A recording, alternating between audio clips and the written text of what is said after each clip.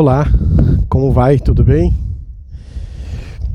Eu tomei a providência de preparar uma série de vídeos falando a respeito de planejamento estratégico, gestão de projetos, e aí vou continuar ainda com mais alguns vídeos sobre esta série. Hoje eu gostaria de falar com vocês sobre uma necessidade que os projetos possuem, que é da compatibilização dos projetos. O que é isso, Wagner? Compatibilização dos projetos. Você fez lá o seu 5W2H. Você preparou várias etapas e várias tarefas que precisam ser concluídas, preparadas, né, para que você consiga colocar a sua inovação, o seu novo negócio, a sua nova ideia, o seu novo projeto em marcha. Pois bem, em alguns casos, a complexidade desses projetos exige que você contrate fornecedores externos ou que as pessoas façam etapas separadas, né?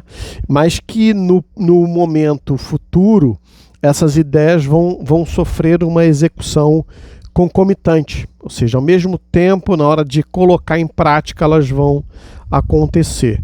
Então é interessante você ter alguém da sua equipe ocupado em fazer a compatibilização dos projetos. Para quê? Para que não exista retrabalho, para que na hora da execução você tenha uma execução plena e que você não administre as restrições do projeto no momento que você está executando ele. Você faz a compatibilização prévia dele. Você faz a compatibilização no papel. Você faz a compatibilização no modelo digital. E aí, na hora que você vai fazer a execução, você não está fazendo a compatibilização, como a gente costuma dizer, na obra. Se você for compatibilizar na obra, você vai perder, vai desgastar muito. Isso é muito utilizado na construção de coisas um pouco mais complexas, shopping center, hospitais, edifícios, mas só serve para isso? Não. E o objetivo aqui não é te ensinar a fazer a compatibilização de um projeto, é fazer com que você entenda que isso existe, que isso é possível fazer antes da execução. Então você tem todos os projetos prontos. No exemplo do shopping center, você tem arquitetônico, você tem elétrica, você tem hidráulica, você tem estrutura, infraestrutura. Tudo isso está definido. E aí você, na hora que compatibiliza, você encontra os defeitos. Por quê? Porque cada um desses executivos preparou o seu projeto, os fornecedores trazem todos os projetos e alguém vai lá e compatibiliza ele. Isso faz com que a sua obra seja mais econômica, com que você emita menos resíduo de obra e você gasta um pouco mais na fase do projeto, porque você gasta mais tempo, você precisa de alguém especialista para fazer isso, você vai gastar um pouco mais na fase de projeto, mas você vai economizar 30% do custo de obra. Então, uma economia de 30% de custo de obra, emissão de resíduos, vai entregar a obra no prazo, não é? Então, isso é interessante. Também é importante você ter uma pessoa dentro dessa equipe que seja quem vai avaliar as entregas. Para quê? Para que não exista uma sombra de escopo. Esse é o nome técnico, sombra de escopo. O que é sombra de escopo?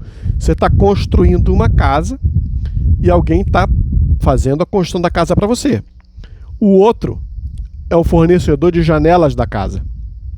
Aí você providenciou a compra das janelas, providenciou o projeto de engenharia onde a janela vai ser implantada, mas no contrato de quem constrói a casa, a parede onde vai a janela, e no contrato de quem te fornece a janela propriamente dito, não está escrito quem é que descarrega o caminhão.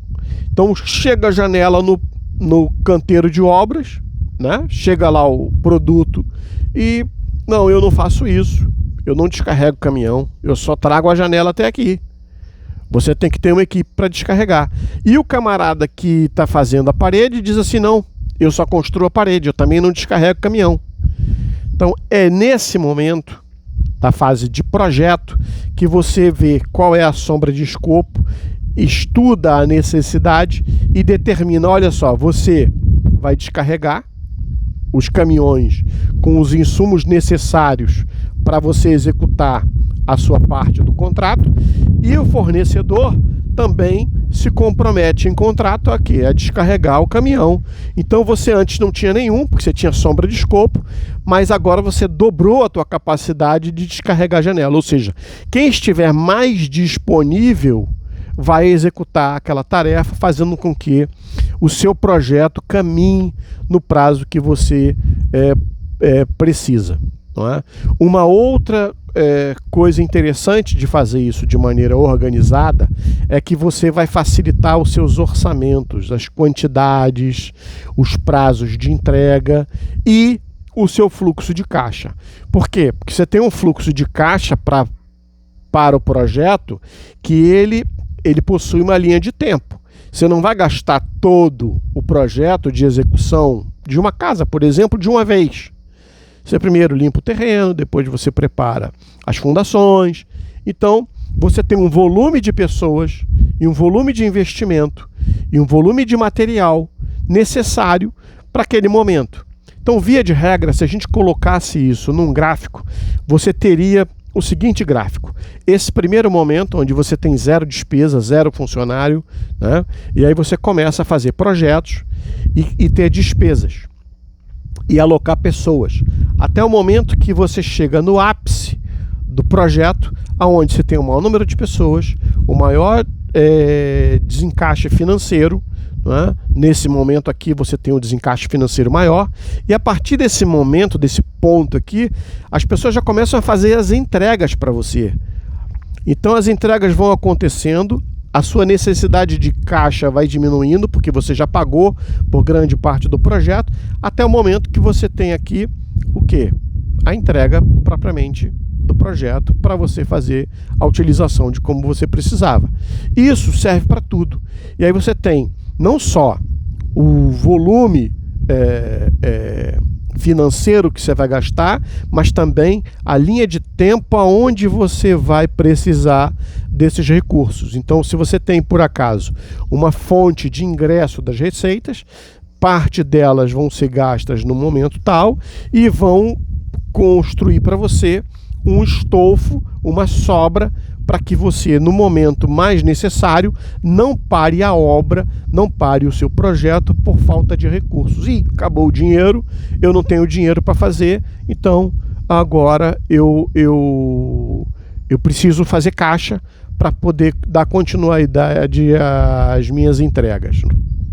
Isso é negativo do ponto de vista emocional, empresarial, e impede que você tenha um compromisso, não é, com os seus clientes.